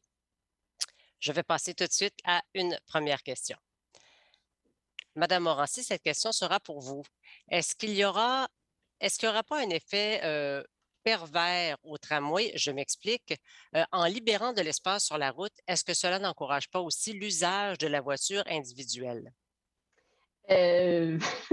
C'est une bonne question parce qu'en fait, ça soulève cette question de compétitivité. Hein. Quand on prend une rue et qu'on fait une réallocation d'espace, on vient changer finalement la relation d'équilibre sur les usages. Mais je dirais typiquement, il faut que le tramway devienne plus compétitif que l'auto, mais il est vrai que si les temps de déplacement s'améliorent, que ça peut rendre l'auto attractive. Et là, généralement, ce que je vais dire, c'est qu'il faut en profiter pour changer à qui on donne de l'espace quand on fait ça. Parce que mettre une voie de tramway vient vraiment multiplier la capacité de déplacement sur cette seul lien-là. C'est fou, là, l'effet. Donc, oui, mais il faut en profiter pour changer la location. C'est le temps, là. On récupère de l'espace. Et là, je ne viens pas dire qu'on vole parce que je deviens très insupportable quand j'entends ce mot-là. C'est l'inverse. L'espace a été volé à l'ensemble des usagers, donc c'est le temps de rétablir une forme d'équilibre, là, puis on a vraiment du chemin à faire. Et là, en faisant ça, on multiplie la capacité de transport sur ce segment-là. Et évidemment qu'il faut en même temps s'assurer que l'automobile ne va pas devenir plus compétitive. C'est clair. Merci beaucoup. Monsieur Tremblay, la prochaine question s'adresse à vous. Sera-t-il permis aux usagers de monter à bord du tramway à vélo, en trottinette, etc., afin de favoriser la notion d'intermodalité? Oui, comme Jean-François a mentionné, là, toute la construction et du matériel roulant et des infrastructures va tout être accessible universellement. Donc, autant les cyclistes, ceux qui veulent transporter le ski de fond, et puis dans le matériel roulant aussi, habituellement, il y a des espaces pour la mobilité réduite, pour les vélos et pour toutes les activités que les gens font. Donc, il peut y avoir des aménagements qui sont modulables à l'intérieur même du matériel roulant. Donc, ça va tout être considéré dans les prochaines études et spécifications là, qui vont être à monter avec les spécialistes qui vont rentrer en place là, prochainement. Merci. Ma question s'adresse maintenant à Mme Morancy. Avec le télétravail, Mme Morancy, les gens ne se déplacent plus nécessairement aux heures de pointe. Quelle est l'utilité alors de construire un tramway? Bien, je l'ai abordé un peu dans ma présentation, là, mais effectivement, mais je pense que les réseaux sont quand même relativement congestionnés à certaines périodes. C'est vraiment essentiel qu'on puisse desservir l'ensemble des besoins de déplacement. Donc, c'est justement ce type de service qu'il faut mettre en place si on a une réduction des déplacements pendulaires, parce que là, les déplacements se sont dispersés à travers la journée. Donc là, c'est important d'offrir des services justement qui ne sont pas que de pointe. Donc, je pense que c'est encore plus important. Et là, je remets mes prémices là, que on doit transformer la façon dont on se déplace. Et tant qu'il y a des gens, tant qu'il y a une demande latente pour des services autres que l'automobile privée, il faut s'assurer de matérialiser ce potentiel-là parce que tout le monde va faire des bénéfices. On va en faire individuellement, qu'on soit l'usager ou pas, et on va en faire collectivement. Merci beaucoup. Si jamais vous voulez bonifier à la réponse, M. Tremblay, là, soyez à l'aise. Oui, mais ça va, c'est complet. Ça va, c'est complet pour vous. Parfait. Alors, on va passer à notre prochaine question. Celle-là s'adressera à M. Jean-François Mouton. Quel serait l'impact environnemental durant les travaux de réalisation de ce projet à l'endroit choisi? Il est certain que quand les travaux de construction vont commencer, il va y avoir des impacts au niveau du bruit, au niveau de l'émission de poussière. Mais justement, il y a un processus d'étude d'impact qui va être implanté et qui va amener toute une série de mesures d'atténuation et de suivi qui vont être faites durant la période de construction pour minimiser ces impacts et pour s'assurer que justement que les problématiques environnementales qui puissent apparaître soient réglées et minimiser les impacts sur le territoire. Merci. Monsieur Tremblay, est-ce que le tramway sera sur la même voie que les automobiles? En fait, le tramway va être sur une voie dédiée, en fait, dans un corridor dédié où il n'y aura pas de véhicule de voiture. Le seul endroit où il y aura un croisement potentiel, c'est aux intersections qui est partagé. Les intersections sont partagées, mais il y a l'insertion dans ce mode de tramway, il y a des insertions de lumière puis de feu prédominants.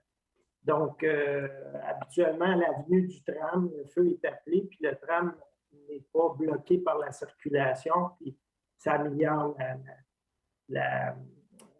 pas la fréquence, mais la performance en temps. Là. Donc, mais c'est configuré comme ça. Donc, il ne sera jamais dans le trafic, puis il n'y a jamais de partage de voies entre des automobiles et le tram. Et dans le même ordre d'idée, M. Tremblay, où iront se retourner les trains là, du côté d'Ottawa? En fait, il y a toujours deux cas possibles à Ottawa. Donc, si c'est en tunnel, habituellement, c'est dans des arrière-gares qui ont construit toujours le tunnel plus long que la dernière station.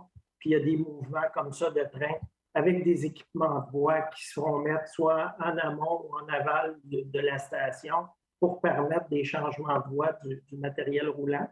Ça, c'est le cas de tunnel, si on s'en va dans cette optique-là. Puis si on est en mode surface, à la dernière station, c'est le même principe, mais en surface. Donc, devant les dernières stations, pour ne pas déborder plus loin, vu que la surface, c'est plus, il y a plus d'empiètement. Généralement, les appareils de voie sont mis en avant de la station, puis ça permet les transferts de voie. Donc, il n'y a pas de retournement, il n'y a pas de boucle là où donc le tram rentre puis ressort soit sur la même voie, mais il n'y a pas de piste additionnelle, comme le cas du tunnel où souvent il y a des arrière-gares qui se font après la station. Monsieur Tremblay, la prochaine question sera également pour vous. Avec le retour annoncé graduel à temps partiel des fonctionnaires fédéraux au centre-ville de Gatineau et d'Ottawa et la probabilité d'une formule hybride de télétravail maison-bureau pour un grand nombre d'entre eux, allez-vous réajuster au cours des 2 prochaines années les projections de fréquentation et les estimations de coûts-bénéfices pour évaluer plus justement la rentabilité du tramway? En fait, tous les calculs d'achalandage sont faits avec des projections qui vont jusqu'en 2050. Donc, le très court terme, il n'y a pas d'impact sur la projection d'achalandage. Puis, donc, ça, c'est le premier volet. Puis, comme Mme Morancy et Mme Doyon ont expliqué le long terme, donc l'effet de ce retour au bureau-là, donc à long terme, là, le développement puis l'achalandage, ces effets-là de télétravail là, donc, sont considérés dans ces calculs d'achalandage-là à long terme. Donc, puis peut-être Mme Morancy, si vous voulez renchérir. J'aimerais renchérir, en fait, parce qu'il y a beaucoup de ces analyses-là qui s'appuient sur des hypothèses qui sont très questionnables, notamment la valeur du temps d'un passager, la valeur du temps d'un conducteur. Je n'irai pas remettre en question le guide d'analyse bénéfice-coût du gouvernement, mais peut-être qu'il le faudrait. Je pense aussi qu'il faudrait tenir compte des coûts-bénéfices, parce que rarement, vous avez dans ces analyses-là l'ensemble des externalités qu'on va économiser. Parce que si on ne le fait pas, on ne va pas mesurer c'est quoi l'effet de continuer à avoir des modes de vie ou des comportements principalement ancrés sur l'automobile. Et ça, c'est toujours dommage que dans les analyses de cette nature-là, on ne tienne pas compte de tous les autres avantages qu'on va tirer. Je comprends que c'est essentiel de les faire, ces analyses-là, mais en même temps, il faut être capable de comprendre leurs limites dans les analyses bénéfices-coûts et le retour sur nos investissements, de voir quels sont les autres bénéfices qu'on va tirer d'investir dans des projets comme ça. Et on investit pour longtemps. Il faut voir justement plus tard, est-ce qu'on va dire une chance qu'on a fait ça? Parce que qu'est-ce qu'on ferait aujourd'hui avec l'augmentation des prix du pétrole puis la non-disponibilité de, caoutchouc pour les pneus, je ne sais pas quelles ressources il va nous manquer, mais il faut quand même anticiper l'ensemble des risques qui sont associés à ne pas faire un projet. Je vais arrêter là-dessus parce que j'ai l'impression que je rougis parce que je m'emballe, mais ce sont des outils essentiels, mais en même temps, il faut connaître les limites qui sont associées à ce qu'on rentre dans ces outils de calcul-là. Merci beaucoup, Mme Morancy. Merci beaucoup, M. Tremblay. Comment l'implantation d'un tramway peut-il contribuer à réduire les coûts de transport des ménages et les coûts collectifs associés à l'automobile? Cette question s'adresse à Mme Morancy. Et là, j'aurais presque lancé la balle à Mme Doyon qui avait les chiffres dans les mains là, sur combien la collectivité investit pour que quelqu'un se déplace en auto, mais je vais quand même me permettre justement une première réponse. Là. On a quand même dans les cibles de la politique de mobilité durable la réduction des coûts de transport pour les ménages et les transports sont le deuxième poste budgétaire après le logement et avant l'alimentation. Et évidemment, ce n'est pas en incitant les ménages à se multimotoriser qu'on va arriver à réduire leurs coûts de transport. Donc, dans la mesure où on arrive à réduire leur niveau de motorisation, donc posons qu'un ménage a 4 voitures, tombe à 3, ou en a 3, tombe à 2, et ainsi de suite, c'est sûr que ça fait un gain incroyable au niveau du budget. Et là, évidemment, le transport commun est fondamental. Si quelqu'un veut s'affranchir de la nécessité de posséder un troisième ou deuxième véhicule, là, ça prend d'autres modes. Donc là, les gains sont clairs. La réduction des coûts individuels de transport, pour moi, c'est clair. Ça passe par ces alternatives-là qu'on se paye collectivement, comme on se paye nos réseaux routiers et plein d'autres services. Bon, je balancerai peut-être pour les autres chiffres. Peut-être que Mme Doyon peut répéter les chiffres que nous avions. Oui, bien en fait, effectivement, sur les chiffres collectifs, on parle de 5,77 que ça en coûte à la société pour 1 $ investi par quelqu'un pour se déplacer en automobile. On parle de 1,21 $ pour les coûts associés au transport collectif, donc les coûts sociaux sont associés à ça. Mais aussi, effectivement, le transfert modal, on se rend compte finalement que les gens évaluent très mal le coût que ça leur coûte finalement de posséder une voiture. Ils ont l'impression que dès qu'elle est finie de payer, ça coûte pas mal juste le carburant qu'on met dedans, alors qu'il y a toutes sortes d'autres coûts qu'on n'évalue pas, que ce soit le prix des plaques d'immatriculation, l'entretien du véhicule, les changements de pneus, les assurances et tout ça, les gens évaluent très, très mal le coût de possession d'une automobile, alors que souvent, quand on entend que le transport collectif, c'est cher, c'est parce qu'on paye déjà 2 véhicules, puis on doit s'ajouter une passe mensuelle de 100 $ par mois pour éviter d'être pris dans le trafic, par exemple.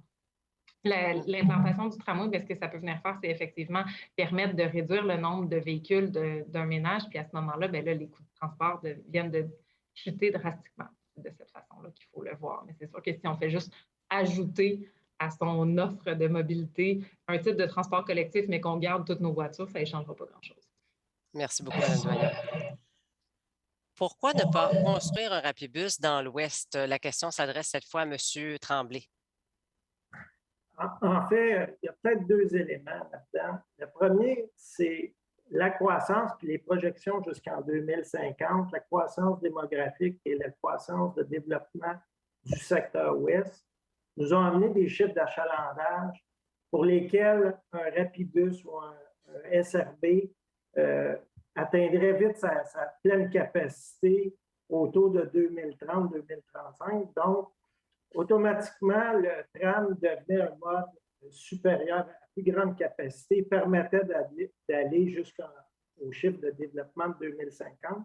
Donc, ça, c'est un premier, c'est des calculs d'achalandage à partir des développements puis des simulations qui incitent le transfert modal et ainsi de suite.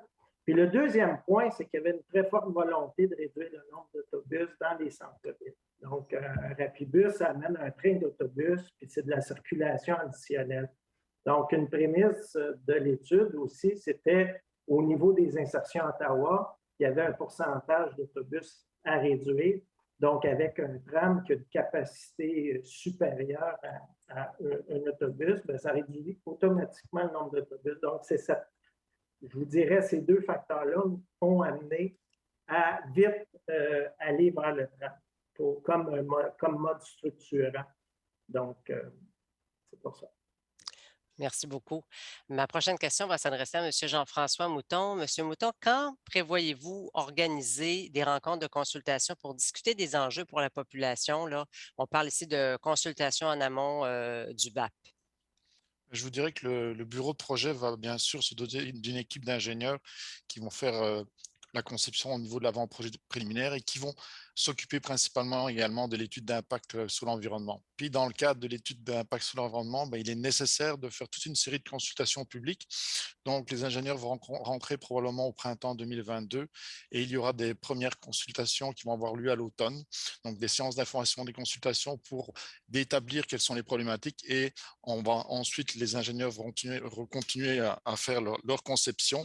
Et à l'automne au printemps 2023, on va venir vous rencontrer pour détailler les mesures de mitigation qui ont été proposées. Et ça va être un processus, je dirais un working progress, où on va justement rencontrer à plusieurs occasions la population pour prendre le pouls de la situation et trouver des solutions pour régler les problématiques. Merci beaucoup.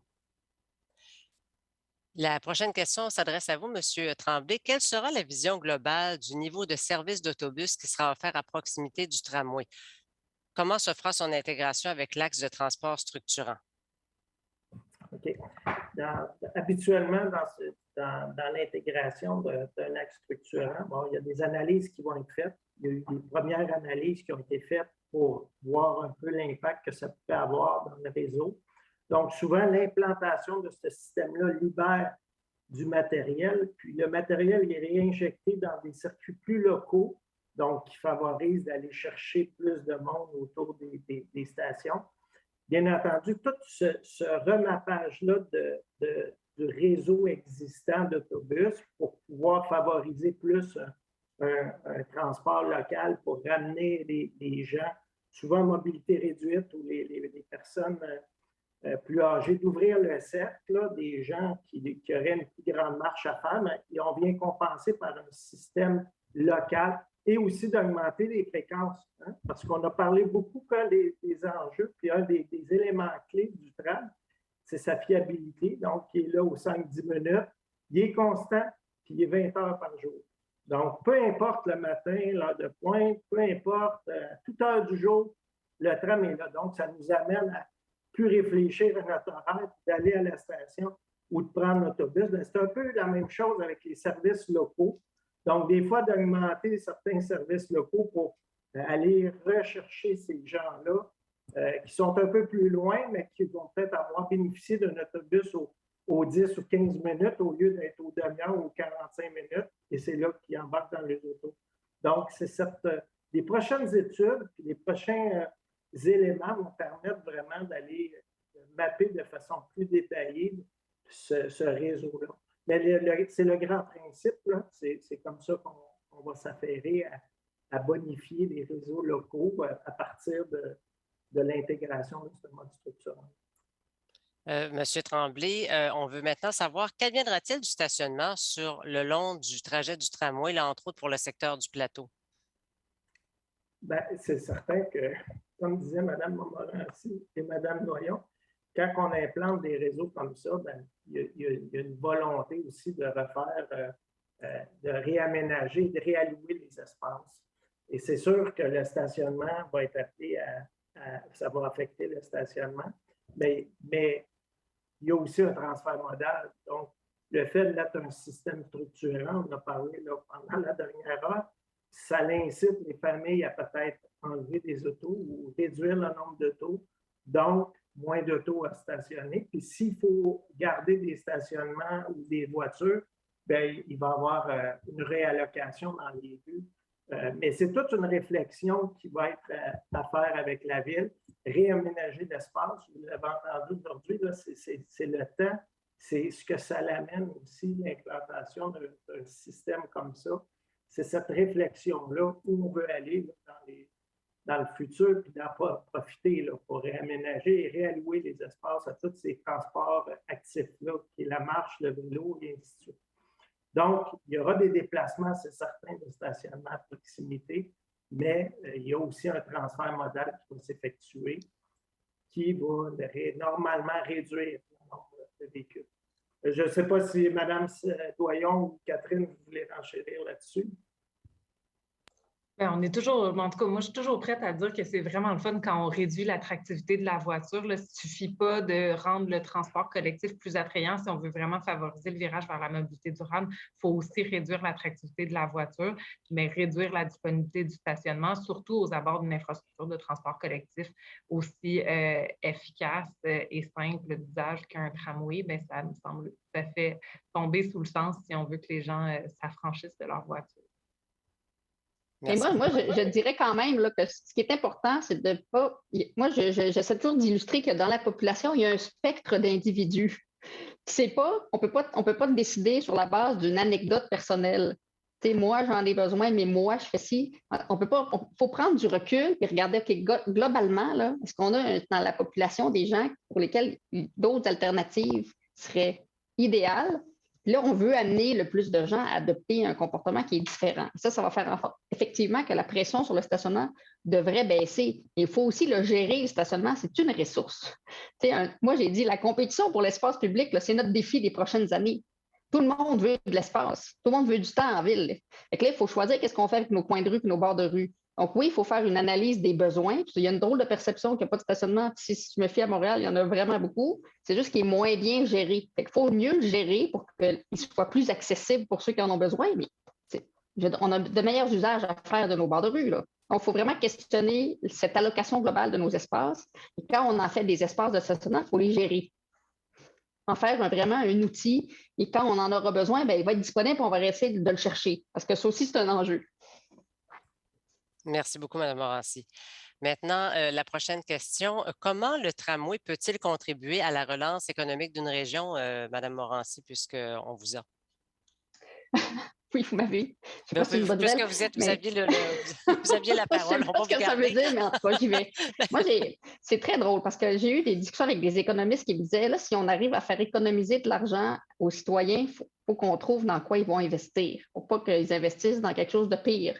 Et je trouve qu'effectivement, quand on libère de l'argent, parce que s'affranchir de la possession, moi, je reviens, là, parce que ce n'est pas des cibles qu'on a tout le temps explicité, là, mais réduire la nécessité de le posséder. Je ne parle même pas de l'utiliser, parce qu'on peut l'utiliser et partager quand on a besoin. Mais réduire la nécessité d'en posséder plusieurs dégage une partie du budget qui est quand même énorme. Donc ça peut contribuer à justement faire en sorte qu'on investit, que les citoyens vont investir dans d'autres choses. Je sais qu'avec la pandémie, investir dans les services de proximité, les commerces québécois, ça a été bien à la mode selon notre province. Là. Et ce que je veux dire, c'est que si on dégage une partie d'argent, là, ça permet justement de réinvestir dans des choses sans doute qui vont être plus durables, si je me permets d'utiliser ce mot-là. Mais il y a cette clé-là. Il faut donner les outils pour que ceux qui sont prêts à s'affranchir ou pour ceux pour qui c'est une dépendance dans un certain type, parce qu'il y a plein de formes de dépendance, qu'on puisse finalement travailler à valoriser notre argent à autre chose que dans les paiements sur 60 mois. Là. Ça ne se peut pas. Merci beaucoup, Mme Morancy. Monsieur Tremblay, on se demande maintenant où seront situées les stations exactement? C'est une bonne question. Non, écoutez, les emplacements, là, ça fait partie intégrante des prochaines études d'avant-projet. Donc, mais de règle générale, là, on a une station pour un mode tramway autour de 600 à 700 mètres, à toutes les 600 à 700 mètres. Trop rapproché va réduire la performance du système. Trop éloigné, bien là, ça va rendre ça plus complexe là, aux gens de se rendre aux stations. Donc, c'est une question d'équilibre.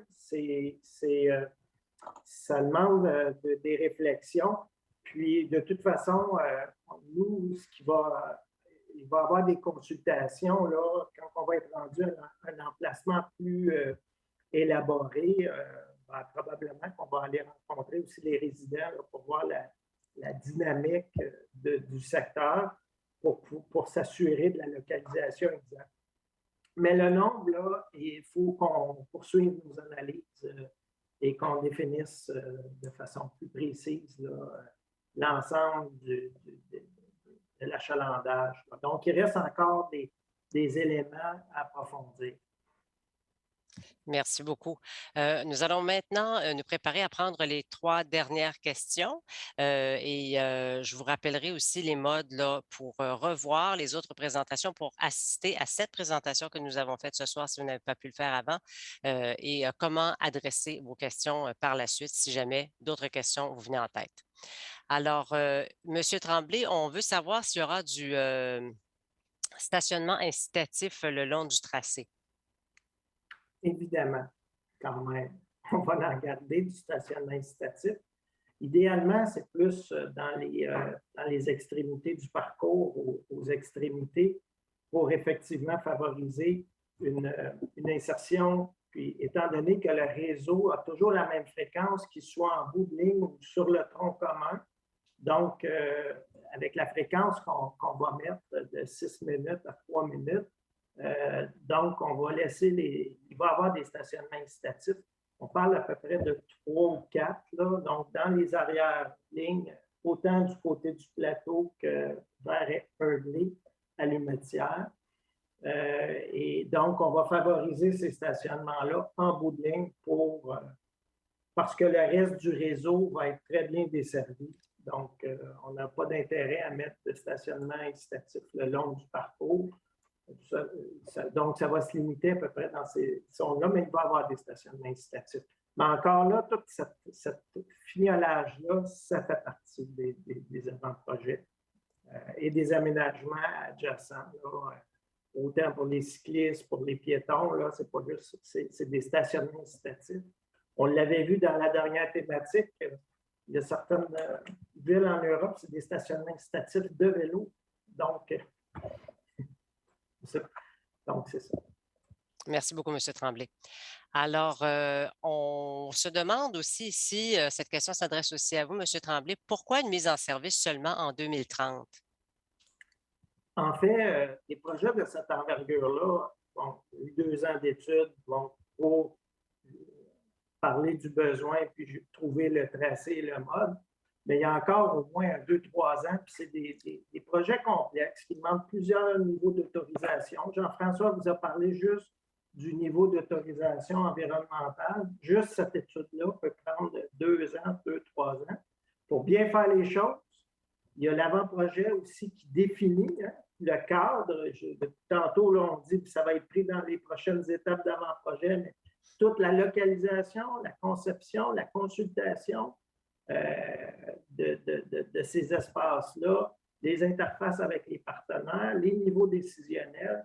Donc, c'est toute une gouvernance qui nous amène à avoir des délais comme ça. Ensuite, il y a toutes les questions d'approvisionnement. Puis la réalisation, bien, ce n'est pas des projets qui se font en 1 an ou en 2 ans. Il y a toute une séquence de travaux. Donc, pour un même secteur, pour garder certains accès disponibles, ça ne se fait pas, là, on ne ferme pas la ville puis on construit le tram. Donc, toutes ces mesures de mitigation-là, pour réduire les impacts sur les circulations, sur le monde, sur les résidents, sur les écoles, sur les... Bon, donc ça prend un minimum 5 à 6 ans avec toutes les périodes de mise en service, donc toute la fabrication du matériel roulant. Donc, on parle de réalisation, de période de réalisation de 5, 6, 7 ans. Puis, nous autres, ben, dans un horizon de 10 ans, ça veut dire que concrètement, pour notre projet, ce n'est pas de travaux avant 2026. Donc, c'est à peu près dans ces eaux-là. Donc, c'est ce qui implique là, la réalisation de mise en service plus dans les années 2030.